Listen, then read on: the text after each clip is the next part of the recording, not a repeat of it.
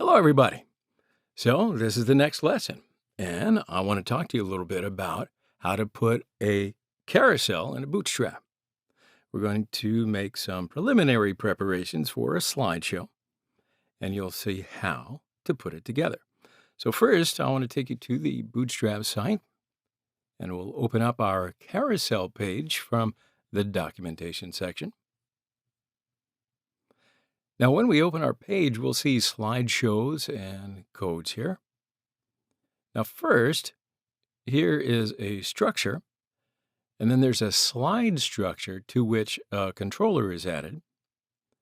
Then when we go down a little further, there's how to prepare with indicators, and then different structures progressing in complexity. So first of all, why don't we learn the code? And this is what I mean. So open up the HTML file for this, and let's say I want to start the code here. Now, it's going to take you a long time to write code by hand, right, from scratch. So this time, why don't I just copy the code from the Bootstrap site and paste it into our HTML file. And now we can comment on these codes.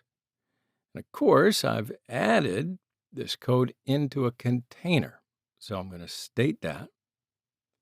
Yeah, so when you look at the code, first of all, there's a div, and that forms the carousel area.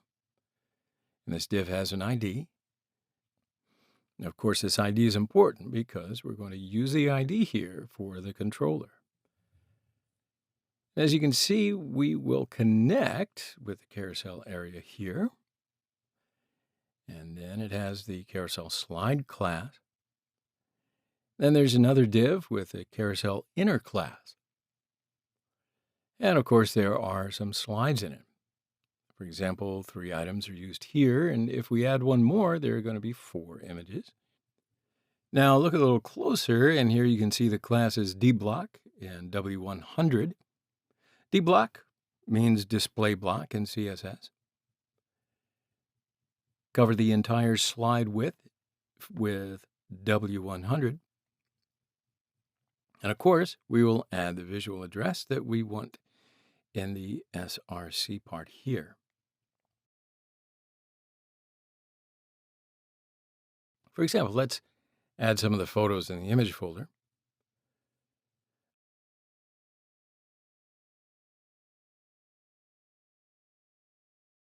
All right, so now let's have a look and see what it looks like on the web page. And what do you see here? So this has added our slideshow page with the ready-made code. Of course, it changes automatically. We didn't add any control mechanism.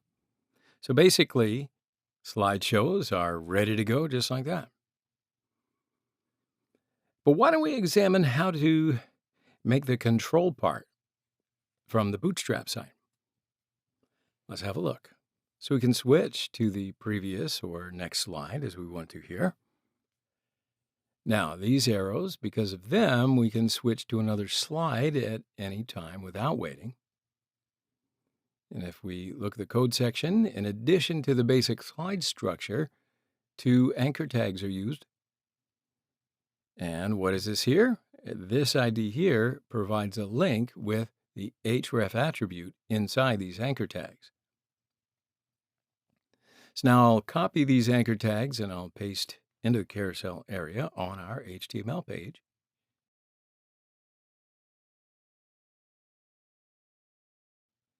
And I'll save it and refresh my page, and boom, there are the arrows. But of course, there's no function here.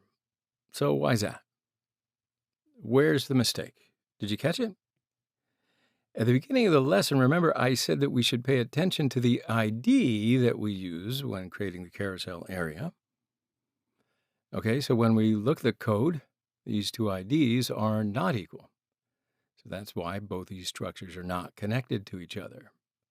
So why don't we go ahead and make these 2 IDs the same.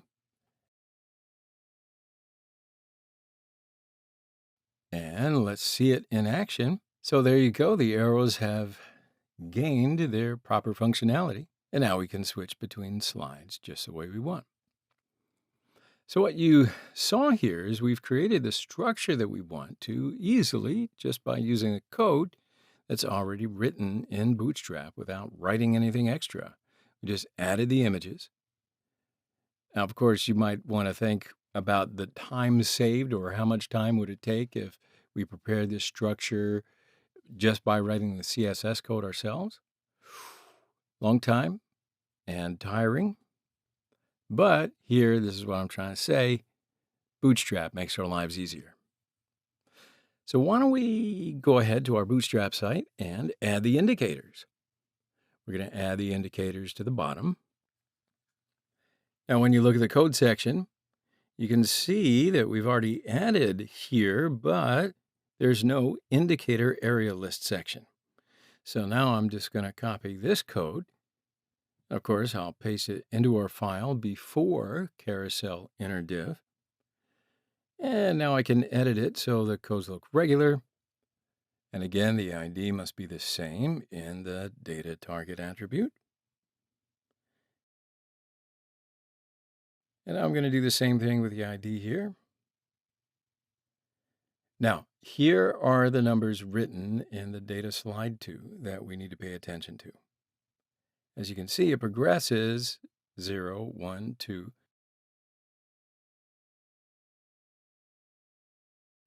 Now, when we save and look at the changes, the indicators are added to the slideshow.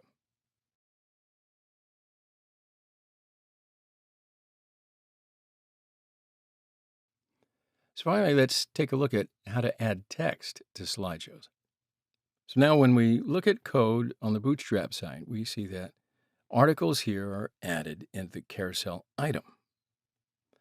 Now I'm going to be copying this div and I'll paste it into the carousel item. And I'll paste in other items.